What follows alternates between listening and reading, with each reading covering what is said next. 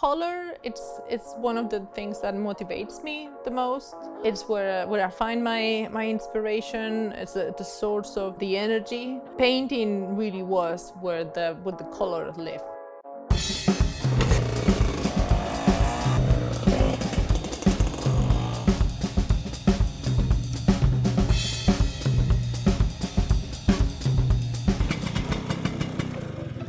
Hey, Clark Underwood here in East Austin, and today's Quest for Zest, I am at Canopy, where the studio of Angela Navarro is, and we're gonna go see her work, see her studio, and learn more about her journey as an artist.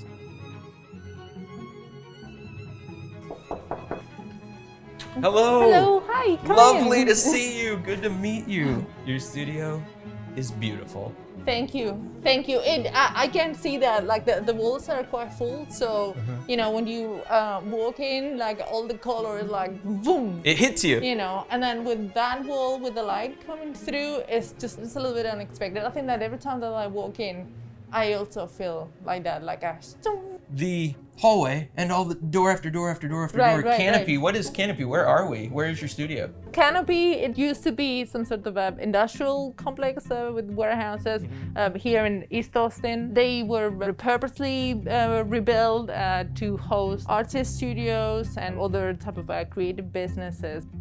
Well, thanks so much for letting us in. I'm excited for you to show me around and talk about your work. Right. So basically the easel is here, and then I go over here.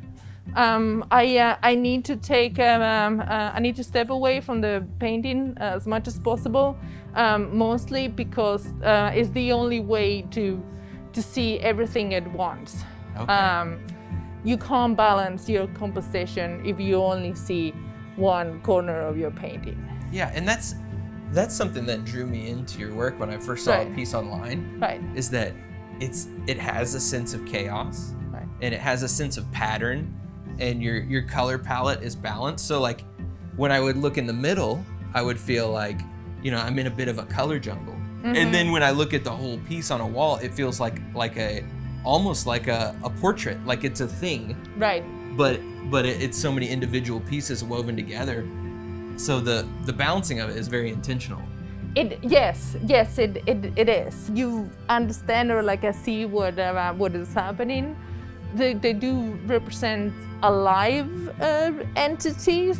Call it a portrait, call it a map. But yes, they do have they are conceived with the idea of representing something that almost breathes. Although it's abstract. I mean, there's just patterns. Like it's in a way that it's closer to fabrics and upholstery, you know, in a way, than it is the representation of a human. Your patterns don't repeat. The patterns don't repeat, but the rhythm returns. Okay. So maybe that's why I felt like I was always wanting to look into the middle of it. But yes, because the thing is that you will see on all of them, like you will find like a circular motion. So your eye will go in circles and then travels with the colors and the lines, and that is very deliberate. I've never had this one-on-one experience where an artist gets to tell me the way they look at their paintings. Right. You know, so I go into a gallery and the artist may not be there. I go into a museum. Right. And the artist is dead. That person can't tell me how they looked at it. Right. And so this is really fun to see. Do you know, like, this one is gonna be lean into the floral or lean into the geometric or lean into the botanical? Yes, I do. And the thing is that, so these are older paintings. This one was painted at my house. I have a lot of windows. I have a very big garden in my house. And then kind of the botanical motif was a consequence of what I was looking at every day. When I moved here, and I didn't have a reference of a garden anymore. Right. The more purely geometrical kind of came back. I had transitioned from this botanical abstract to more of a botanical wiggly line. It's over there. I love the technical term, botanical wiggly line. Wiggly line. I think that's gonna be part of my art vernacular. I call it mixed media because they're not purely acrylical. I mean, it's all water-based paint. I use regular house paint. How do you call them? Chalk paint. Chalk paint, okay. Yes, chalk paint. In person, there's definitely like a sheen difference. Like some is flat and some has a gloss, but it's not extreme. Yeah, and you see the difference because the minute that I put aside the acrylics and then I started to work more with the chalk and the house paint, the results were a little bit textured. Mm-hmm. That's fascinating to me because your paintings feel very exotic. Right. You know, and they feel very refined, and the materials you're using are so accessible. That's a cool juxtaposition. Right. Of like, to make something so beautiful with such, I mean, that's an artist, you know? Well, thank you. Yes. Thanks. I feel like sometimes I'm molding the two-dimensional subject more than just like painting. It's like put, take. So at some point it becomes an exercise where it's I am actioning processes that I have absorbed to become part of my instinct. I find that there's some delicate moments and then I don't want to lose them. But then also I am painting a whole painting, I'm not painting a corner. So sometimes some of those cute, delicate moments that the painting has, they have to go. This blue that peeks out from there with this yellow and then how this all sits, I enjoy that. But this is probably gonna have to go. Because it's not doing anything that excites you. Exactly. And okay. then, well, now that I hear that, when I look at a finished one and know that all these interactions were moments that excited you, that makes your paintings feel like extra special. I'm not that brave, so I do take pictures of my paintings halfway through, and then I just put them on my Photoshop, and then I make decisions based on that. I love that. So tell me which part of your process I'm hearing right and which part I'm hearing wrong. But you show up to the painting with your colors and you go, kazam. Yeah. And then you step back, you look at it, and the further you get to those more intentional decisions, like you go from no consideration to deep consideration on Photoshop, kind of looking forward. Yes. Wow. Yes. That's a brilliant process. I've never even considered making a judgment that way. That's really cool. When you finish a painting, how many layers do you think you've put in? If you hold a painting, the heavier it is, the more layers it has. So when I say, Angela, how long did you work on this? You just say, put it on the scale. Put it on the scale, yes. I love that.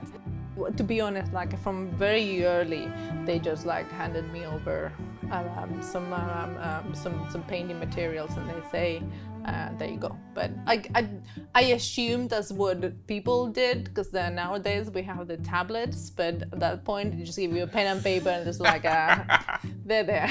So they handed you the analog iPad. Yeah. It said, paint away, darling. Yeah, paint. I did go for 6 years in the end to fine art school. My last year I finished at Weimar University, the Bauhaus in Weimar. But yes, I was formally trained at the fine art school of San Carlos in Valencia. Color, it's one of the things that motivates me the most. It's where I find my inspiration. It's the source of the energy. Painting really was where the color lived. I finished at university. I was living in Germany. Then I came back to Spain, and then the following year I moved to England to experience the adventure of life. So Spain, Germany, England. England. moving from country to country, it has eventually made me into this. When I finished art school, I was so focused initially on being an artist that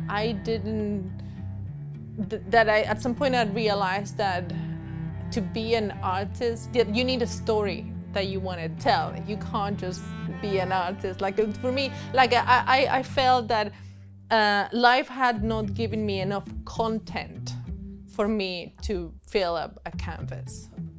I can only be a voice of my experience.